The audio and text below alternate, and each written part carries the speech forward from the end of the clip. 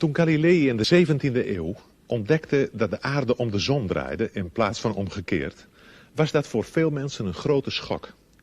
Zij hadden tot dan toe de overtuiging gehad dat de mens in het centrum van de kosmos stond. En zij hadden daarop ook hun gehele levensovertuiging gebouwd. En nu bleek dat ineens niet het geval te zijn. De theorie van Foucault kan men verduidelijken door vast te stellen dat hij eigenlijk met betrekking tot de cultuur een soort van Galilei-standpunt inneemt. Immers met name sinds de tijd van Galilei heeft men eigenlijk, wat de cultuur betreft en de maatschappij, gedacht dat de mens daar wel in het centrum stond. Hij heeft ze tenslotte gemaakt. En Foucault ontkent dit. Niet het subject telt in de cultuur, zegt hij, maar de structuur, het algemene.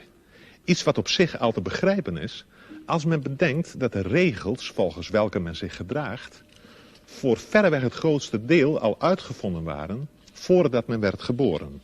En dat de naam van de uitvinder ons volstrekt onbekend is.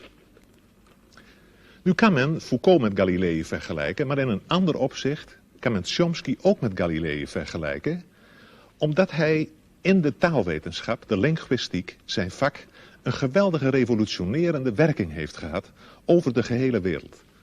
Chomsky heeft in de linguïstiek een ware omwenteling veroorzaakt. En het interessante is nu dat de theorieën van Chomsky in precies de tegenovergestelde richting wijzen als de theorieën van Foucault. Chomsky zet het subject veel meer in het centrum. Bij de confrontatie dus van deze twee geheel verschillende denkers is het verder goed om te bedenken dat zij beide ook erg verschillend werk doen. Foucault is een cultuuronderzoeker, Chomsky is een taalonderzoeker. Of nog anders gezegd, Foucault interesseert zich erg voor de geschiedenis van de wetenschappelijke taal. Chomsky interesseert zich erg voor de taal die we gebruiken, de dagelijkse taal. Het is op zich interessant, en misschien ook niet toevallig, dat het debat tussen deze twee pas echt fel en spannend wordt in de tweede helft als het gaat over de politiek. Toch is het geloof ik goed dat er een stuk theorie aan vooraf gaat. Want in een discussie over filosofie en maatschappij gaat het er tenslotte niet om welk toevallig politiek standpunt bepaalde denkers innemen, maar is het natuurlijk van groot belang om te zien vanuit welke argumenten of ze dat zullen doen. Het is misschien ook wel leuk dat deze discussie plaatsvond in de hal van het auditorium van de Technische Hogeschool in Eindhoven. Een discussie namelijk tussen twee filosofen, twee onderzoekers, wier werk zich kenmerkt door een grote precisie, een grote gedetailleerdheid en ook een grote helderheid. En verder vond ik het wel symbolisch dat het plaatsvond in een ruimte met veel glas. Binnen- en buitenwereld liepen door elkaar. Tijdens de uitzending zag je het verkeer buiten rijden. Symbolisch inderdaad, omdat de relatie tussen binnen- en buitenwereld voorop staat in het eerste stuk van het 4e filosofendebat over menselijke natuur en ideale maatschappij.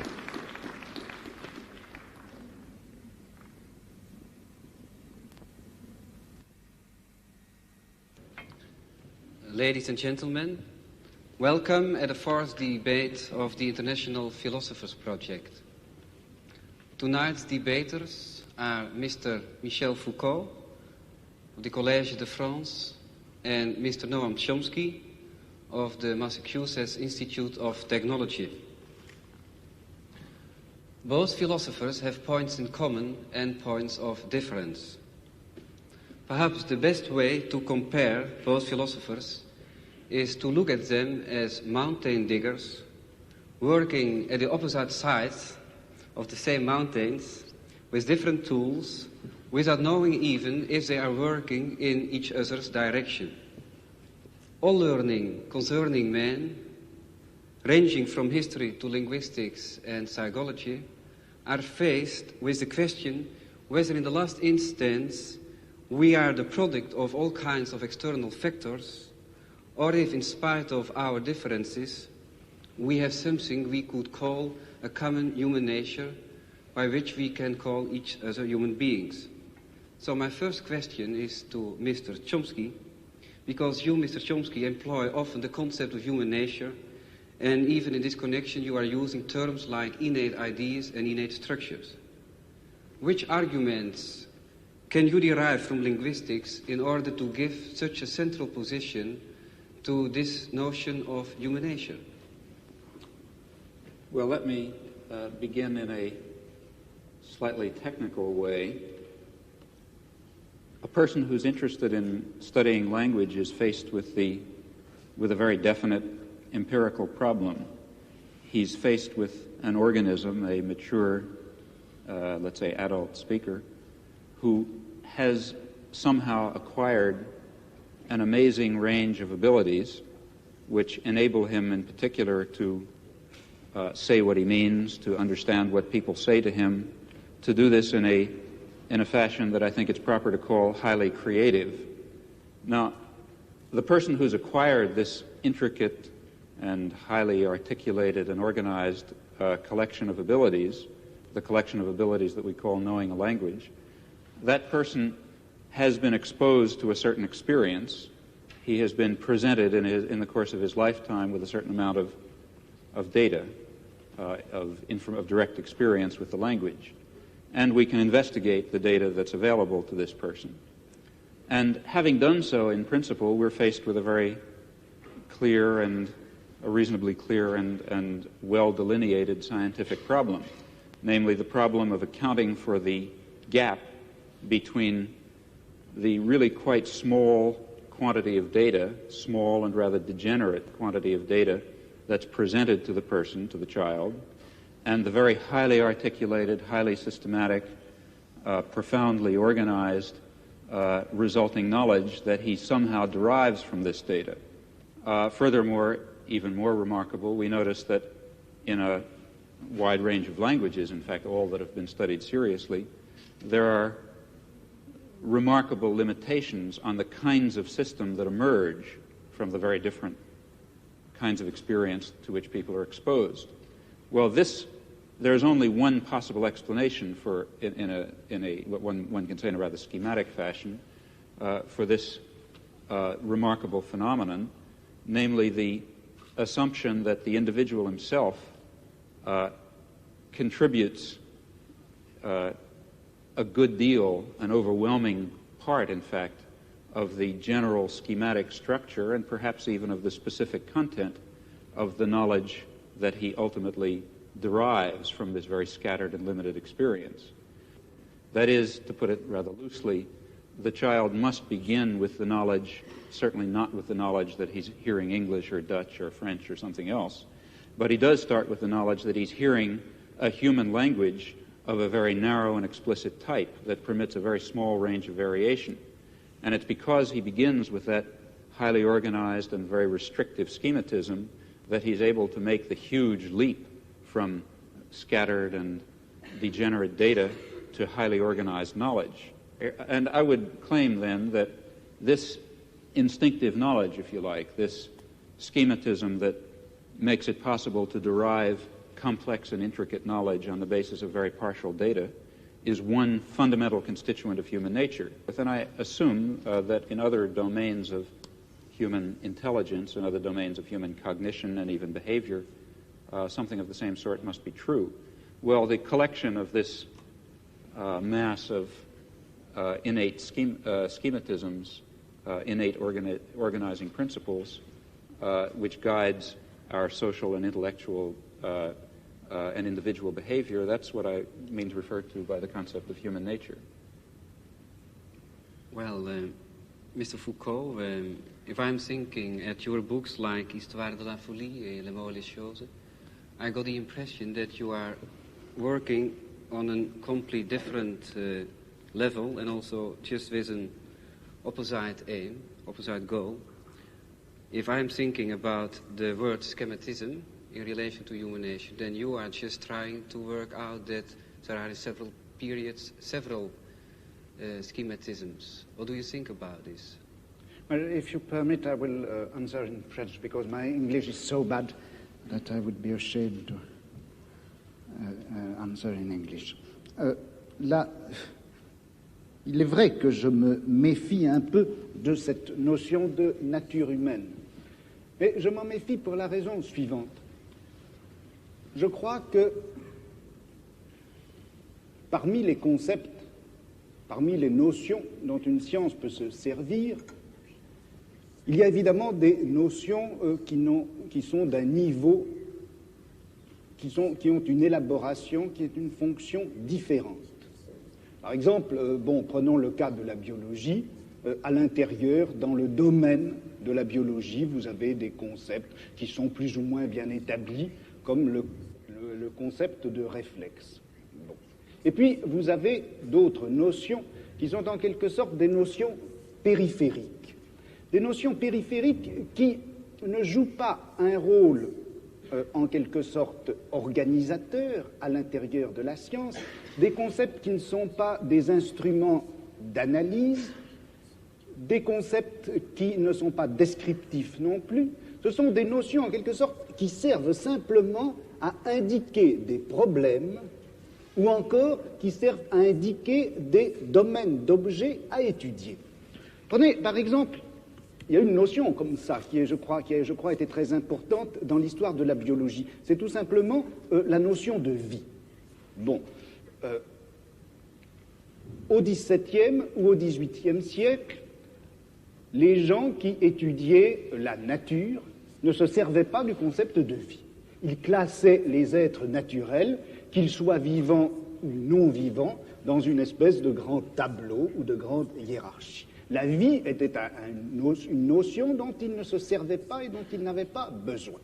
Et puis, à la fin du XVIIIe siècle, un certain nombre de problèmes se sont posés, comme par exemple les problèmes de l'organisation intérieure de ces êtres dont on avait fait la classification. Ou bien encore, avec les progrès du microscope, le microscope d'Amici, on a vu apparaître tout un tas de phénomènes qui n'avaient pas été jusque-là encore perçus et dont les mécanismes, dont le fonctionnement n'était pas encore clair. Les progrès de la chimie ont fait également apparaître les problèmes concernant les rapports entre les réactions chimiques et les processus physiologiques de l'organisme. Et voilà que tout un domaine d'objets est apparu, domaine d'objets absolument nouveau pour le biologiste, et c'est cela qui a été appelé la vie. Et la vie, c'était une notion qui servait à indiquer le champ des objets et des domaines nouveaux que la science avait à parcourir. Bon, et je dirais, comme ça, en historien des sciences, si vous voulez, que la notion de vie a été un indicateur épistémologique, un index des problèmes à parcourir, et je me demande si on ne pourrait pas dire la même chose de la nature humaine. Foucault vergelijkt dus het begrip menselijke natuur van Chomsky met het begrip leven in de biologie en in de geschiedenis van dat vak. En hij doet dat omdat hij dat begrip menselijke natuur eerder ziet als een aanwijzing voor een onderzoeksprogramma dan als een aanwijzing voor het feit dat de mens uit zichzelf zo verschrikkelijk veel klaar zou kunnen spelen. Voor hem is dat begrip menselijke natuur eigenlijk een soort van wetenschappelijk boodschappenlijstje en niet meer dan dat. En Chomsky wil dit wel accepteren als maar duidelijk is dat vakken als biologie, fysiologie en neurologie voorlopig nog helemaal niet over de middelen beschikken om die menselijke natuur en dat taalvermogen adequaat te kunnen beschrijven. Vrij vroeg is het debat zo aangeland op een punt waar het gespreksleider elders de grootste moeite zal kosten om de partners met elkaar in contact te houden. Voor een deel ligt het natuurlijk aan de taal die ze spreken, maar voor een veel groter deel ligt dat aan het feit dat Chomsky en Foucault ieder in een verschillende denkwereld zitten, zodat hun begrippen heel gemakkelijk langs elkaar heen glijden. We krijgen eigenlijk het merkwaardige schouwspel te zien van twee breinen die gelijktijdig aan het denken zijn en om de beurt een begrip oppikken uit het betoog van de ander, om dit begrip dan vervolgens te belichten vanuit hun eigen denksysteem. Daarbij speelt dus voor Chomsky een grote rol dat begrip creativiteit, waarover nu een heel groot stuk van het debat zal gaan. Voor Chomsky is creativiteit eigenlijk een kenmerk van alle mensen. Iedereen werkt ermee. De verkeersdeelnemer, die ter plaatse in een onverwachte situatie moet gaan bedenken wat hij zal doen. De opvoeder, die niet terug wil vallen op autoritaire gedragspatronen en tegenover een lastige pupil zelf nieuw gedrag moet uitvinden. Maar vooral geldt deze creativiteit voor het kind dat een taal leert en dat daarbij merkwaardigerwijze leert om zelf nieuwe taal te produceren, te maken. Foucault staat daar tegenover. Hij vraagt voortdurend de aandacht voor het zogenoemde epistemologische veld waarbinnen de menselijke activiteit plaatsvindt. Dit epistemologische veld, oftewel episteme, wordt in het profiel omschreven als het geheel van niet bewuste regels die de algehele organisatie van onderling gescheiden velden van kennis beheersen. Foucault spreekt ook over tableau, hij noemt het ook systeem van elementen en in het debat valt ook het woord grille, tralie of rooster. We kunnen misschien het best spreken van een netwerk waarbinnen iedereen in een bepaalde cultuur denkt of hij wil of niet. Het zijn eigenlijk regels waaraan het denken van iedereen gehoorzaamt en met behulp waarvan iedereen zoekt naar bepaalde identiteiten, samenhangen enzovoort. En dit netwerk nu is niet de uitvinding van bepaalde individuen. Het bepaalt veel eer de regels van de denken- en doegewoonten, van het denken- en doespel dat we cultuur noemen en waaraan ieder individu eigenlijk onderhorig is. Een dergelijk netwerk is ook geen ding of idee, maar het ligt precies tussen ding en idee in. En de geschiedenis van het denken is dan voor Foucault ook niet de geschiedenis van ideeën, of zelfs zoiets als de ontwikkeling van de geest of iets dergelijks, maar veel eer de afwisseling van discontinue transformaties, van discontinue overgangen van het ene netwerk naar het andere. Dat is dus een heel andere aanzet dan die van Chomsky, bij wie die creativiteit in het centrum staat. En het is duidelijk dat we op dit punt bij Foucault weer diezelfde onttroning van het subject tegenkomen, waarover we in verband met Galilei in het begin reeds gesproken hebben. De filosofie van Foucault is een filosofie waarbij de filosoof zelf eigenlijk voortdurend uit het beeld verdwijnt. Ja, paradoxaal genoeg zou je moeten zeggen, het is eigenlijk een filosofie zonder filosoof en je moet dit ook nog generaliseren, want de mens is bij Foucault in zekere zin de grote afwezige in zijn eigen cultuur. En het is in dit verband dan ook heel begrijpelijk dat Foucault nogal fel en afwijzend reageert wanneer de gespreksleider belangstelling begint te vertonen voor privéaspecten van zijn bestaan. Wanneer Foucault debatteert, dan gaat het over alles, behalve over Foucault zelf. Dit dus ter introductie op dit volgende, vrij uitvoerige theoretische stuk van het debat, dat eigenlijk maar voortdurend allerlei aspecten van één hoofdvraag behandelt, en wel de vraag: in hoeverre is de mens in staat iets nieuws te ontdekken en als dat zo is, hoe moeten we het dan begrijpen? Het lijkt mij een erg relevante vraag, zeker als we bedenken dat we nogal wat nieuwe vormen van gedrag, kennis en wetenschap nodig zullen hebben, willen we het er in onze wereld met elkaar levend afbrengen. We nemen nu de draad weer op waar Foucault toelicht waarom hij aan de creativiteit van het individu in de geschiedenis niet zoveel aandacht besteedt. Dans l'histoire traditionnelle des sciences, on accorde en effet le maximum, enfin la tradition veut qu'on accorde le maximum à la créativité des individus. L'histoire des sciences, jusqu'à ces dernières années, consistait essentiellement à montrer en quoi un individu, que ce soit Newton ou que ce soit Mendel, peu importe, avait été effectivement le créateur ou le découvreur plutôt d'une vérité qui était là, inscrite dans les choses et dans le monde, et que personne avant eux n'aurait vu. Le postulat qu'il y a, je crois, qui dort en quelque sorte sous l'histoire des sciences traditionnelles, c'est ceci, c'est que la vérité est là pour être connue et que pourtant l'esprit de l'homme, par la suite, par l'effet d'un certain nombre d'inhibitions ou d'obstacles, n'est pas parvenu à voir cette vérité. L'esprit de l'homme est fait pour voir la vérité et un obstacle contingent l'en empêche. Cet obstacle, ça peut être, eh bien, selon les historiens, les conditions économiques et sociales, ou ça peut être la forme des mentalités, ou ça peut être la crédulité les vieux thèmes et mythes religieux, par exemple, ou moraux, enfin tout ceci qui constitue comme les obstacles, les écailles sur les yeux de celui qui voudrait voir. Mais en droit, l'esprit est fait pour voir, en droit, l'esprit est fait pour avoir accès à la vérité. Dans cette conception traditionnelle de l'histoire des sciences, d'une part, si vous voulez, on donne toute la créativité à l'individu, qui est en droit possesseur de la vérité, et puis on la lui retire par le système des obstacles qui viennent d'une façon tout à fait contingente l'empêcher de saisir, de formuler, de construire cette vérité à laquelle il a droit en principe. Bon. Alors, moi, le problème qui s'est posé à moi, c'était précisément un peu l'inverse. Parce que qu'est-ce qui se passe quand on assiste à une grande transformation scientifique?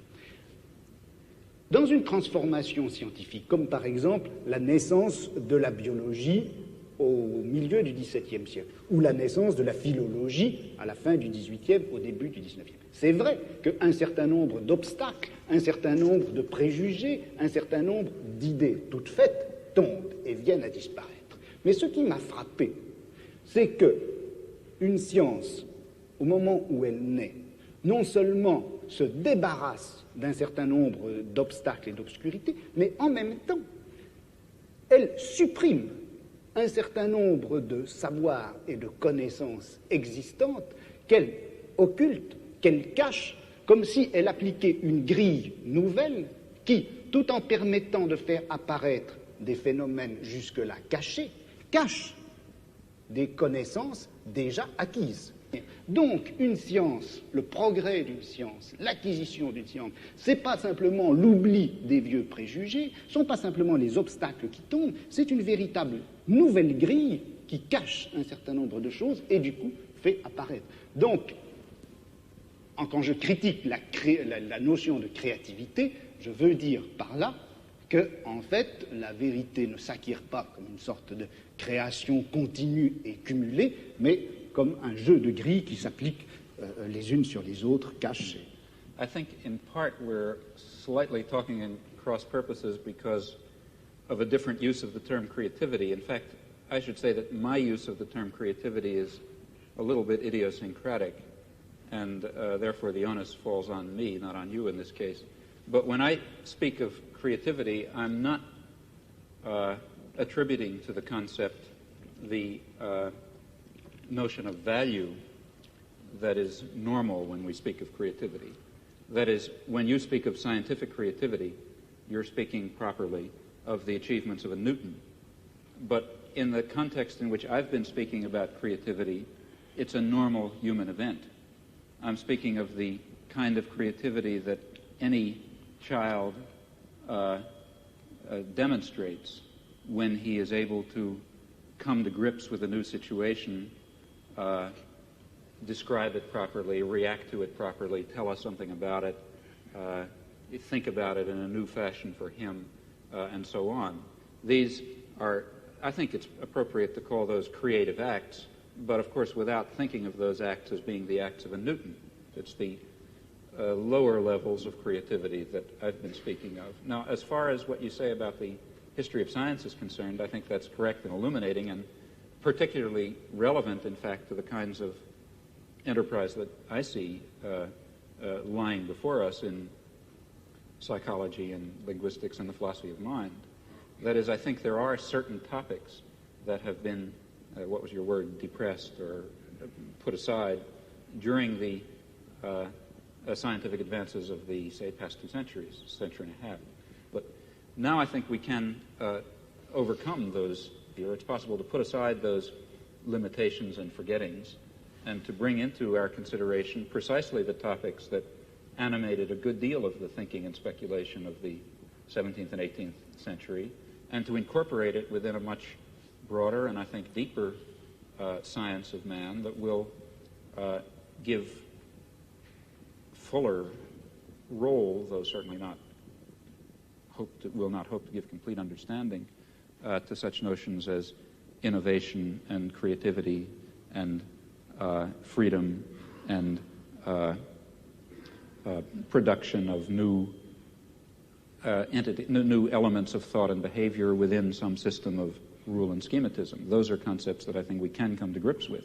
Je crois qu'entre ce qu'a dit M. Chomsky à l'instant et puis ce que j'essaie de montrer, il y a en réalité beaucoup de ressemblances. C'est-à-dire qu'il n'y a en fait de création possible, d'innovation possible. On ne peut, dans l'ordre du langage ou dans l'ordre du savoir, produire quelque chose de nouveau qu'en mettant en jeu un certain nombre de règles qui vont définir l'acceptabilité ou la grammaticalité des énoncés, ou qui va définir, dans le cas du savoir, la scientificité des énoncés. Alors, disons en gros que les linguistes, avant M. Chomsky, ont surtout insisté sur les règles de construction des énoncés et moins sur l'innovation que représente tout énoncé nouveau ou l'audition d'un énoncé nouveau. Et puis, dans l'histoire des sciences ou dans l'histoire de la pensée, on avait beaucoup plus l'habitude d'insister sur la création individuelle et on avait tenu à l'écart, on avait laissé dans l'ombre ces espèces de règles communes, générales, qui sont en œuvre obscurément à travers toute découverte scientifique, toute invention scientifique, ou même d'ailleurs toute innovation philosophique. Des règles non seulement linguistiques, mais épistémologiques, et qui caractérisent le savoir contemporain. Well, I think perhaps I can try to react to those comments within my own framework in a way which maybe will shed some light on this. How is it that we're able to construct any kind of scientific theory at all? How is it that given a small amount of data, it's possible for various scientists, for various geniuses even over a long period of time, to arrive at some kind of a theory, at least in some cases, that is more or less profound and more or less empirically adequate? This is a remarkable fact. And in fact, if it were not the case that these scientists, including the geniuses, if they didn't have built into their minds somehow, obviously unconscious, specification of what is a possible scientific theory, then this inductive leap would certainly be quite impossible. Just as if each child did not have built into his mind the concept of human language in a very natural way, in a very narrowing way, then the inductive leap from data to knowledge of a language would be impossible. So even though the process of, let's say, deriving knowledge of physics from data is far more complex, far more difficult for us, for organisms such as us, far more drawn out in time, requires intervention of genius and so on and so forth, nevertheless, in a certain sense, the achievement of discovering physical science, or biology or whatever you like, is based on something rather similar to the achievement of the normal child in discovering the structure of his language. That is, it must be achieved on the basis of an initial limitation, an initial restriction on the class of possible theories. And the fact that science converges and progresses, that itself shows us that such initial limitations and structures exist. That is, I don't think that scientific progress is simply a matter of a cumulative addition of new knowledge and absorption of new theories and so on. Rather, I think it has this sort of jagged pattern that you described, forgetting certain problems and leaping to new theories and so on and so forth. Et transformant les mêmes connaissances. Right. But I think that the explanation for that, so I think one can perhaps hazard an explanation for that fact. And oversimplifying grossly, I really don't mean what I'm now going to say literally. It's as if, as human beings, a particular biologically given organism, we have in our heads, to start with, a certain set of possible intellectual structures, possible sciences. Okay? Now, in the lucky event that some aspect of reality happens to have the character of one of these structures in our mind, then we have a science. And it's because of this limitation, initial limitation in our minds to a certain kind of possible science, it's precisely that provides the tremendous richness and creativity of scientific knowledge. That is, if it were not, it's important to stress that. This has to do with your point about limitation and freedom. If it were not for these limitations, we would not have the creative act of going from a little bit of knowledge, a little bit of experience, to a rich and highly articulated and complicated array of knowledge. It's precisely because of that that the progress of science, I think, has the erratic and jagged and transformational character that you describe. And that doesn't mean that everything is ultimately going to fall within the domain of science. Quite the contrary. Personally, I believe that many of the things we would like to understand, and maybe the things we would most like to understand, such as the nature of man or the nature of a decent society or lots of other things, might really fall outside the scope of possible human sciences. Well, I think we have now two questions out of this statement. One question is, if you can agree, Mr. Foucault, do you agree with the statement about a combination of limitation, fundamental limitation? Not a combination. C'est pas une affaire de combinaison. Il n'y a de créativité possible qu'à partir d'un système de règles. Ce n'est pas un mélange de régularité et de liberté. Une liberté ne s'exerce réellement que sur fond et à partir d'un réseau de régularité. Le problème, alors là, que je me pose, et où je ne suis pas peut-être tout à fait d'accord avec M. Chomsky, c'est lorsqu'il place ces régularités à l'intérieur, en quelque sorte, de l'esprit ou de la nature humaine. Je me demande si le système de régularité, de contraintes qui rendent possible une science, on ne peut pas les trouver ailleurs, en dehors même de l'esprit humain, dans des formes sociales, dans des rapports de production, dans des luttes de classe, etc. Mais quand même, qu'est-ce que la raison pour vous de parler de temps en temps de la mort de l'homme ou du fin de la période 19e, 20e siècle, n'est-ce pas? Mais ça n'a pas de rapport avec ce que nous disons, là. Ah, je ne sais pas, parce que je pense à... quand je traite d'appliquer, qu'est-ce que vous avez dit, à votre notion anthropologique. Vous avez refusé déjà de parler sur votre propre créativité et liberté, n'est-ce pas? Alors, qu'est-ce qu'elle a raison? Quelles sont les raisons psychologiques, je me demande? Mais quelles sont peut-être... ça, vous le demandez, mais moi, mais quelles sont les raisons,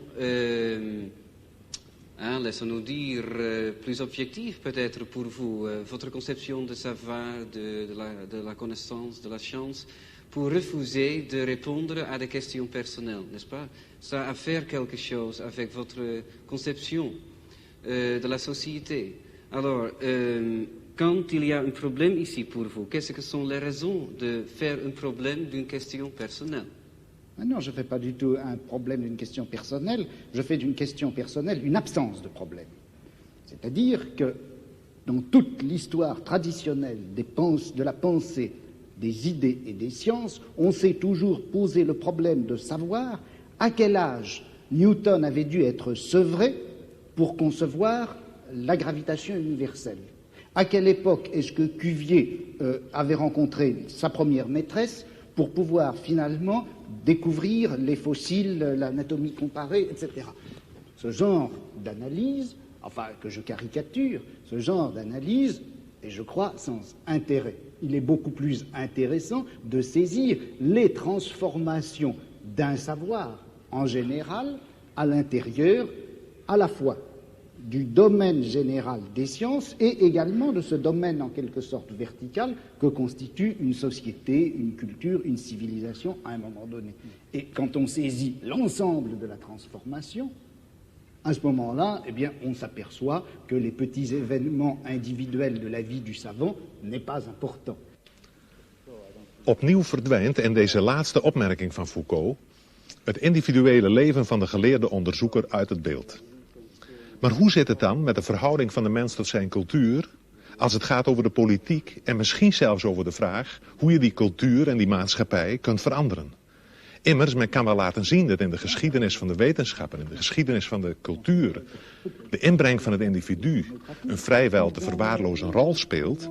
De vraag, hoe moet ik handelen, de politieke vraag, blijft desalniettemin recht overeind staan. En het zal na het voorgaande misschien al duidelijk zijn dat die politieke vraag in het perspectief van Foucault heel sterk wordt tot de vraag: in hoeverre kan de mens ontsnappen aan zijn eigen cultuur?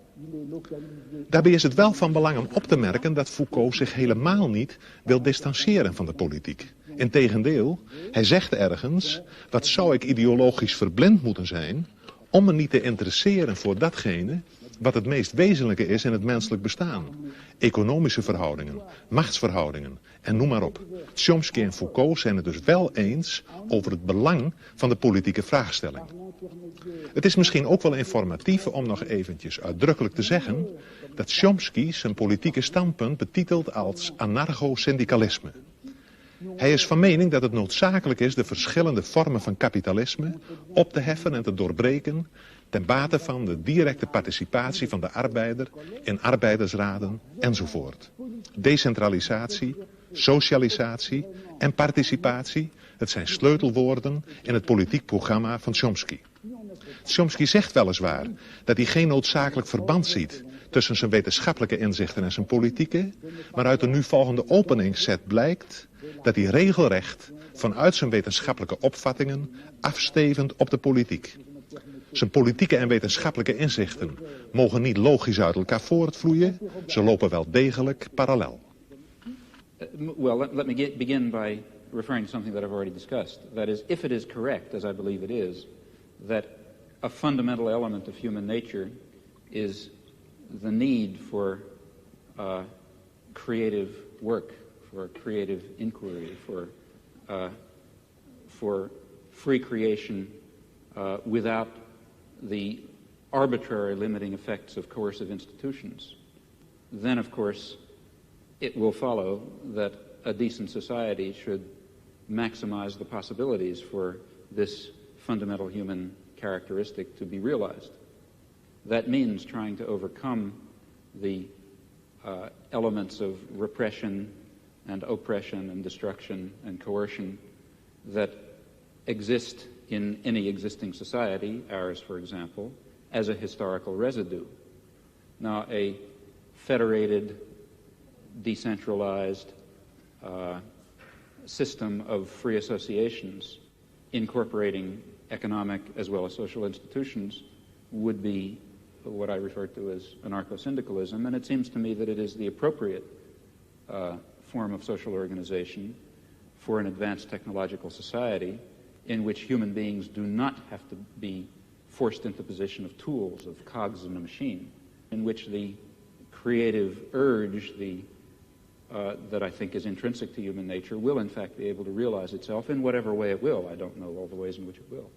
Je suis dans ma démarche beaucoup moins avancé, je vais beaucoup moins loin que M. Chomsky, c'est-à-dire que j'avoue n'être pas capable de définir, il n'y a plus forte raison de proposer un modèle de fonctionnement social idéal pour notre société scientifique ou technologique.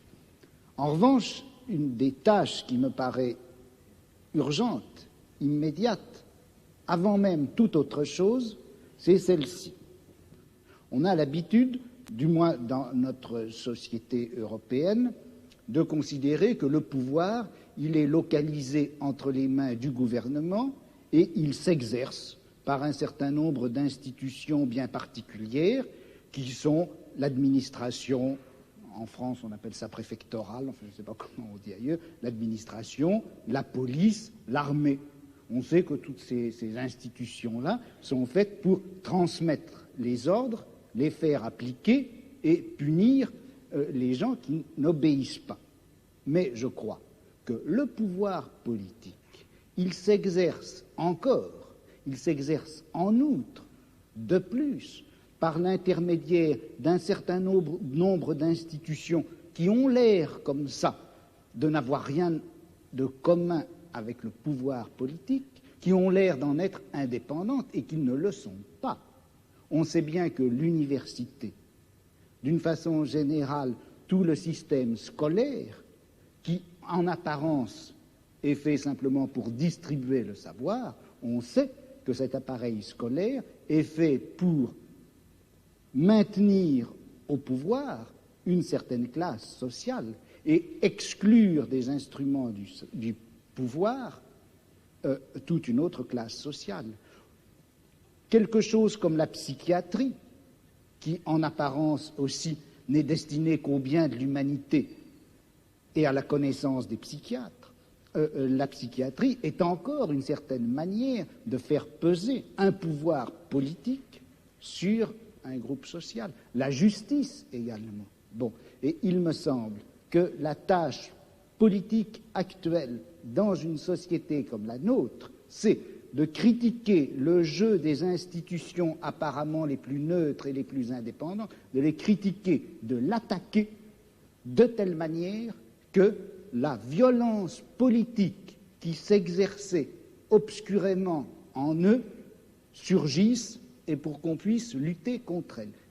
À vouloir tout de suite, enfin si on cherche tout de suite à donner le profil et la formule de la société future, sans avoir bien fait la critique de tous les rapports de violence politique qui s'exercent dans notre société, on risque de les laisser se reconstituer, même à travers des formes aussi nobles, apparemment aussi pures que celles du syndicalisme anarchiste. Yes, I would certainly agree with that, not only in theory but also in action. That is, there are two intellectual tasks. One, and the one which I was discussing, to try to create the vision of a future just society. Another task is to understand very clearly the nature of power and oppression and terror and destruction in our own society. And that certainly includes the institutions you mentioned, as well as the central institutions of any industrial society, namely the economic, commercial, and financial institutions, in particular, in the coming period, the great multinational corporations, which are not very far from us physically tonight. Those are the basic institutions of oppression and coercion and autocratic rule that appear to be neutral. After all, they say, well, we're subject to the democracy of the marketplace. Still, I think it would be a great shame to lose or to put aside entirely the somewhat more abstract and philosophical, if you like, task of trying to draw the connections between a concept of human nature that gives full scope to freedom and dignity and creativity and other fundamental human characteristics, and relates that to some notion of social structure in which those properties could be realized, in which meaningful human life could take place.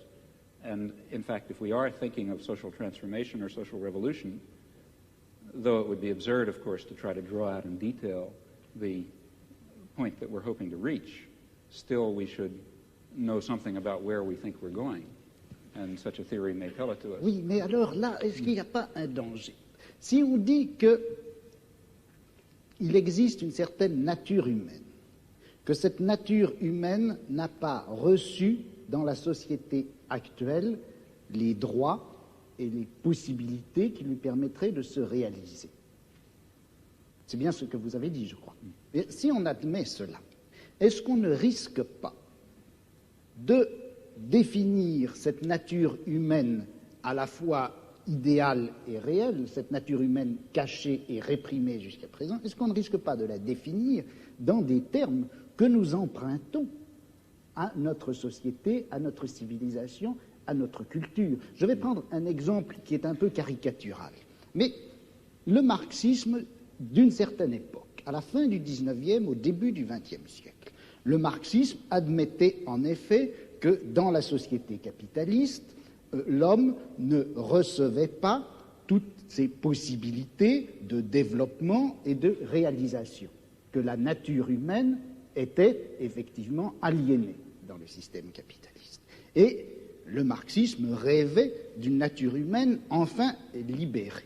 Or, cette nature humaine, quel modèle utilisait-il le marxisme de cette époque-là, du XIXe, du début du XXe siècle, quel modèle utilisait-il pour la concevoir, pour la rêver? C'était en réalité le modèle bourgeois.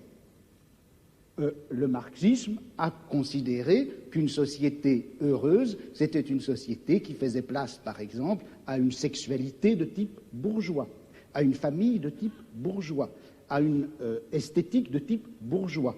Et c'est d'ailleurs tellement vrai que c'est comme ça que ça s'est passé en Union soviétique, où sous prétexte de réaliser une société où l'homme réaliserait enfin sa nature, on a reconstitué une espèce de société à la fois réelle et utopique qui est transposée de la société bourgeoise du XIXe siècle. De sorte que, est-ce que la notion de nature humaine, vous-même, en commençant, vous reconnaissiez, je crois qu'on ne savait pas très bien ce que c'était que cette nature humaine. Alors, est-ce qu'il ne risque pas de nous induire en erreur? Vous savez que Mao Tse-tung parlait de nature humaine bourgeoise et de nature humaine prolétarienne, et il considère que ce n'est pas la même chose. Well, you see, I think that in the intellectual domain of political action, that is, the domain of trying to construct a vision of a just and free society on the basis of some notion of human nature, in that domain we face the very same problem that we face in immediate political action. For example, to be quite concrete, a lot of my own activity really has to do with the Vietnam War, and a good deal of my own energy goes into civil disobedience. Well, civil disobedience in the United States is an action undertaken in the face of considerable uncertainties about its effects. For example, it threatens the social order in ways which, let's say, one might argue, bring on fascism. That would be very bad for America, for Vietnam, for Holland, and for everyone else. So there's a danger, that is one danger in undertaking this concrete act. On the other hand, there's a great danger in not undertaking it. Namely, if you don't undertake it, the society of Indochina will be torn to shreds by American power. And in the face of those uncertainties, one has to choose a course of action. Well, similarly, in the intellectual domain, one is faced with the uncertainties that you correctly pose. Our concept of human nature is certainly limited, partial, socially conditioned, constrained by our own character defects and the defects and the limitations of the intellectual culture in which we exist. Yet at the same time, it's of critical importance that we have some direction, that we know what impossible goals we're trying to achieve if we hope to achieve some of the possible goals. And that means that we have to be bold enough to speculate and create social theories on the basis of partial knowledge while remaining very open to the strong possibility, in fact overwhelming probability, that at least in some respects we're very far off the mark. Well, perhaps it is interesting to go on a little bit further on this problem of strategy. So, for example, in the case of Holland, we had something like a population census. You were obliged to fill in your papers and so on, you know. So this you would call, if you are not filling in your papers, civil disobedience. Right. Now, I would be a little careful about that because going back to some very important point that Mr. Foucault made, one does not necessarily allow the state to define what is legal. Now, the state has the power to enforce a certain concept of what is legal, but power doesn't imply justice or correctness even. So the state may define something as civil disobedience and may be wrong in doing so. For example, in the United States, the state defines it as civil disobedience to, let's say, derail an ammunition train that's going to Vietnam. And the state is wrong in defining that as civil disobedience because it's legal and proper and should be done. It's proper to carry out actions that will prevent the criminal acts of the state, just as it's proper to violate a traffic ordinance in order to prevent a murder. If I was standing at a street corner and the traffic light were red, let's say I was standing in my car and I drove across the traffic light to prevent somebody from, let's say, machine gunning a group of people, of course that's not violation of law. It's an appropriate and proper action. No sane judge would convict you for such an action. Similarly, a good deal of what the state authorities define as civil disobedience is not really civil disobedience. In fact, it's legal, in fact, obligatory behavior in violation of the commands of the state, which may or may not be legal commands. So one has to be rather careful about calling things illegal, I think. Oui, mais alors là, je voudrais vous poser une question. Quand aux États-Unis, lorsque vous faites une action franchement illégale, which I regard as illegal, not just the state. No, when the state's an action state that regards the as illegal. state considers as illegal. Yeah. Est-ce que vous faites cette action parce que vous la trouvez juste Yeah. en vertu d'une justice idéale, ou bien est-ce que vous la faites parce que la guerre de classe la rend utile et nécessaire? Well, est-ce que vous vous référez à une justice idéale? Voilà again, le problème. very often when I do something which the state regards as illegal, I regard it as legal. Yes, that's because I regard the state as criminal. Alors, But in some instances, that's not true. That is, let me be quite concrete about it and move from the area of class war to imperialist war, where the situation is somewhat clearer and easier. Take international law, a very weak instrument as we know, but nevertheless it incorporates some rather interesting principles. Well, international law in many respects is the instrument of the powerful. That is, international law permits much too wide a range of international forceful intervention in support of existing power structures that define themselves as states and against the interests of masses of people who happen to be organized in opposition to states. But, in fact, international law is not solely of that kind. And, in fact, there are interesting elements of international law, let's say embedded in the United Nations Charter, which permit, in fact, I believe, require the citizen to act against his own state in ways that the state will falsely regard as criminal. But nevertheless, he's acting legally, because international law also happens to prohibit the threat or use of force in international affairs, except under some very narrow circumstances, of which, for example, the war in Vietnam is not one, which means that in the particular case of, let's say, the Vietnam War, the one that interests me most, the American state is acting in a criminal capacity, and people have the right to stop criminals from murdering people. Just because the criminal happens to call your action illegal when you try to stop him, that doesn't mean it is illegal. I mean, a perfectly clear case of that is the present case of the Pentagon Papers in the United States, which I suppose you know about. Reduced to its essentials and forgetting legalisms, what is happening is that the state is trying to prosecute people for exposing its crimes. That's what it amounts to. C'est donc au nom d'une justice plus pure que vous critiquez le fonctionnement de la justice.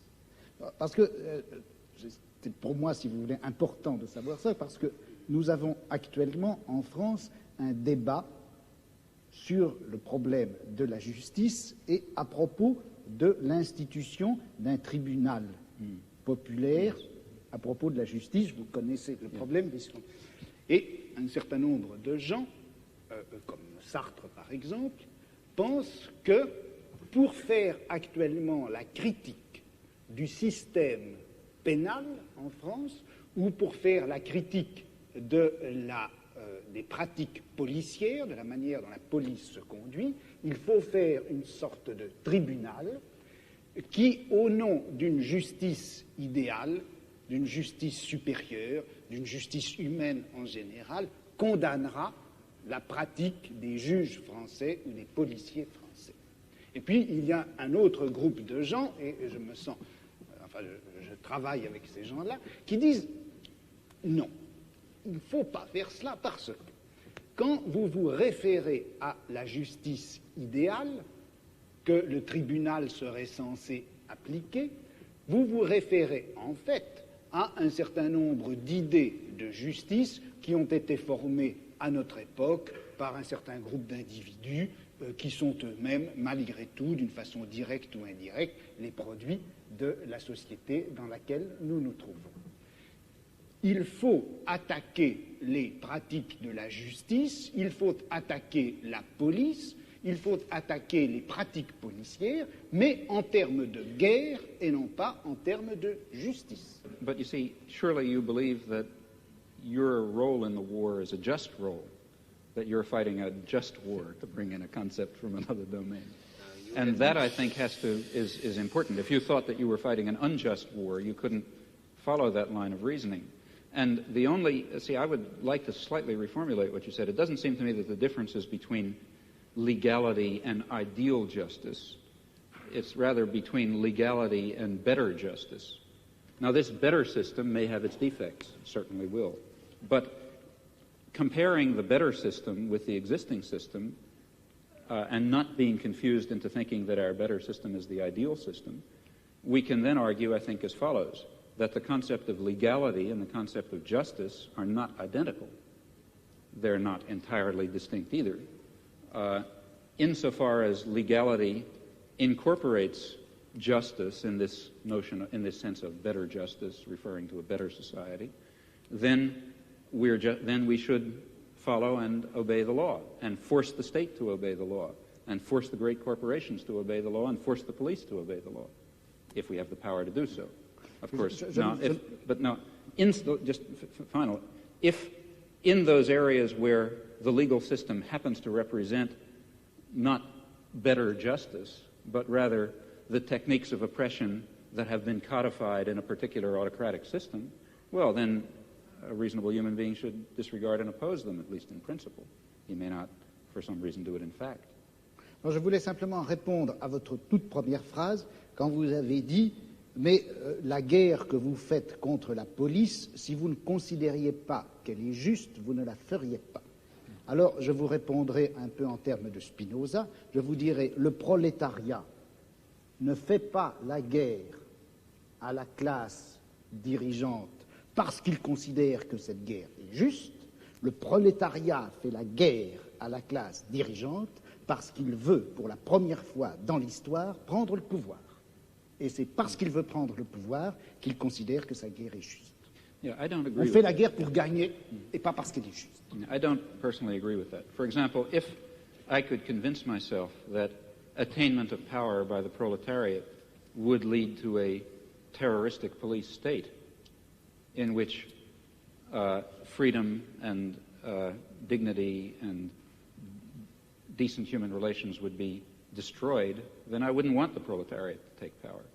In fact, the only reason for wanting any such thing, I believe, is because one thinks, rightly or wrongly, that some fundamental human values will be achieved by that transfer of power.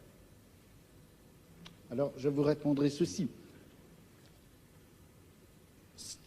Quand le prolétariat prendra le pouvoir, il se peut bien que le prolétariat exerce à l'égard des classes dont il vient de triompher, il exerce un pouvoir violent, dictatorial et même sanglant. Je ne vois pas quelle objection on peut faire à cela. Maintenant, vous me direz, et si le prolétariat exerce ce pouvoir sanglant, tyrannique et injuste à l'égard de lui-même, le prolétariat? Alors je vous répondrai, ça ne peut se produire que si le prolétariat n'a pas réellement pris le pouvoir, mais c'est qu'une classe extérieure au prolétariat, ou un groupe de gens intérieurs au prolétariat, une bureaucratie ou les restes de la petite bourgeoisie, etc., s'est emparé du pouvoir.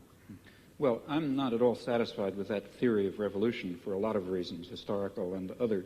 But even if one were to accept it for the sake of argument, still that theory is maintaining that it is proper for the proletariat to take power and exercise it in a violent and bloody and unjust fashion because it is claimed, in my opinion falsely, that will lead to a more just society in which the state will wither away, in which the proletariat will be a universal class, and so on and so forth. If it weren't for that further justification, the concept of a dictatorship of the proletariat, violent and bloody, would certainly be unjust. At least I, for example, am not a committed pacifist. That is, I would not hold that it is under all imaginable circumstances wrong to use violence, even though use of violence is in some sense unjust. I believe that one has to estimate relative injustices.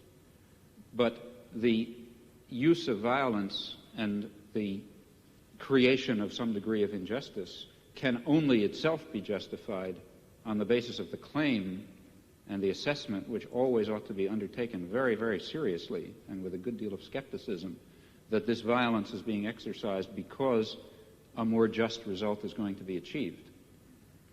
If it does not have that grounding, it really is totally immoral, in my opinion. Je ne pense pas que l'idéal de la guerre de classe, enfin le but que se propose le prolétariat en menant la guerre de classe, je ne crois pas qu'on puisse dire, enfin qu'il soit suffisant de dire que c'est une plus grande justice.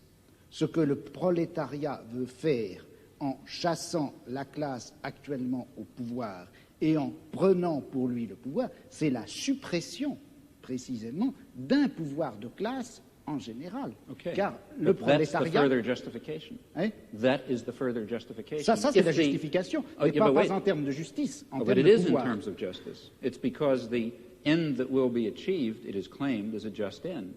If no Leninist or whatever you like would dare to say we have a right to take power, let's say we, the proletariat, and then throw everyone else into crematoria, let's say. I mean, if that were the consequence of the proletariat taking power, of course it would not be appropriate. The idea is, and as for reasons I mentioned, I'm skeptical about it, that a period of violent dictatorship, of perhaps violent and bloody dictatorship, is justified because that will mean the submergence and termination of class oppression, a proper end to achieve in human life.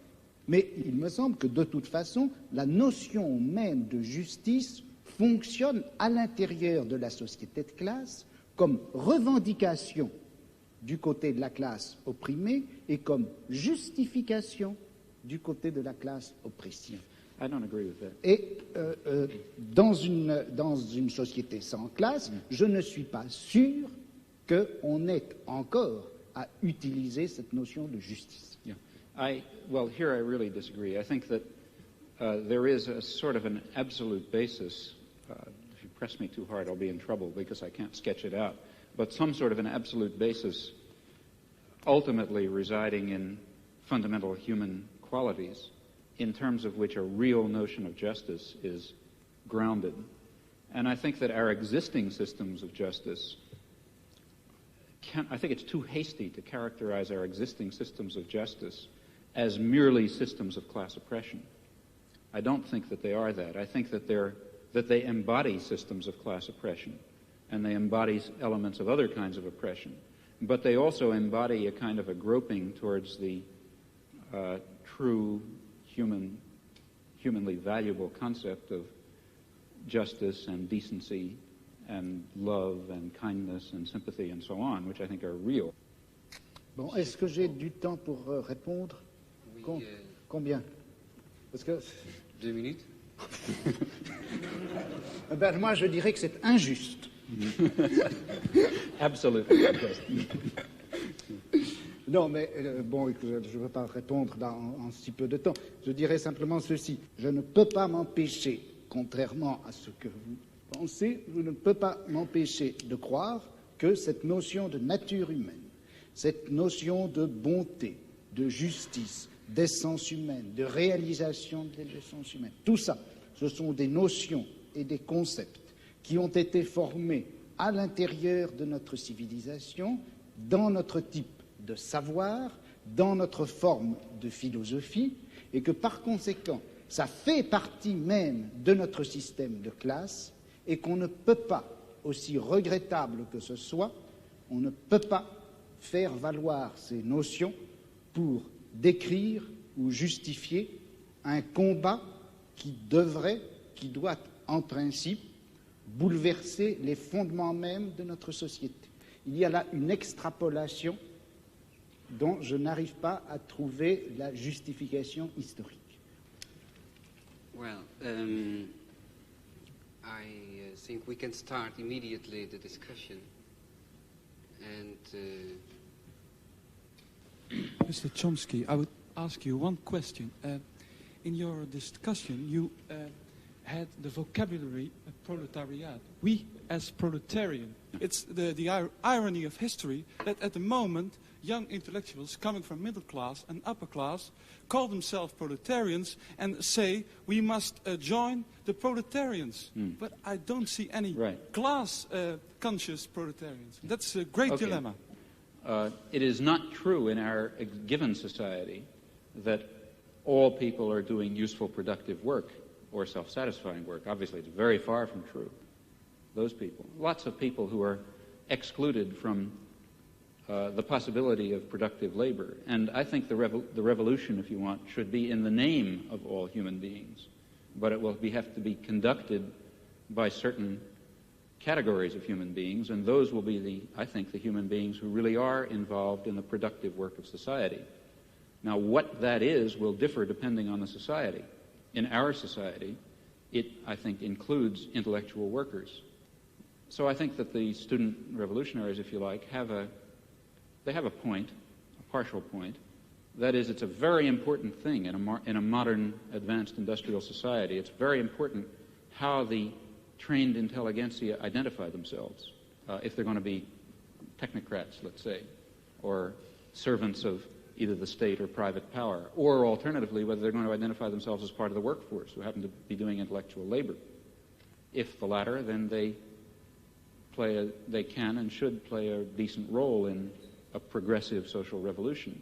If the former, then they're part of the class of the oppressors.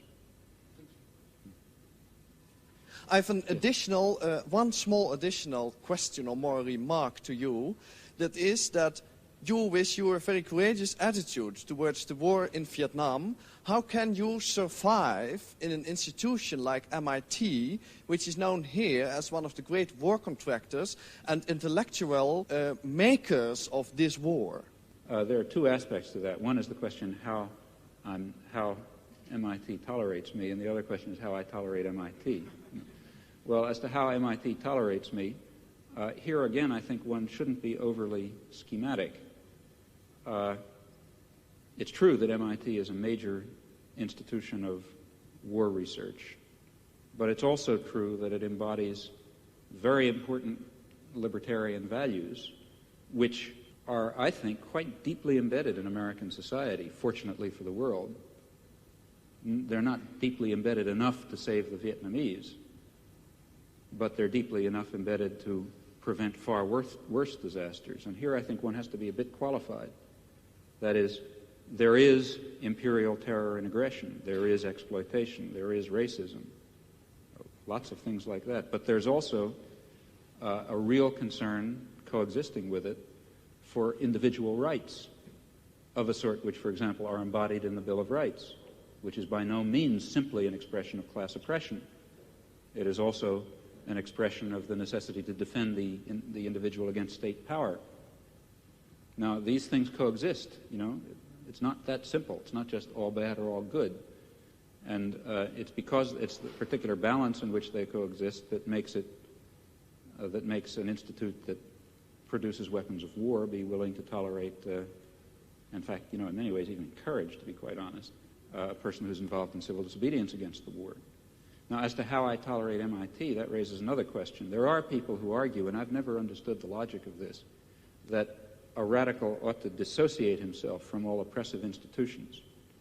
That is, the logic of that argument is that Karl Marx shouldn't have studied in the British Museum, which, if anything, was the symbol of, you know, the most vicious imperialism in the world, the place where all the treasures of empire were gathered, you know, the rape of the colonies was all poured in there, and so on and so forth.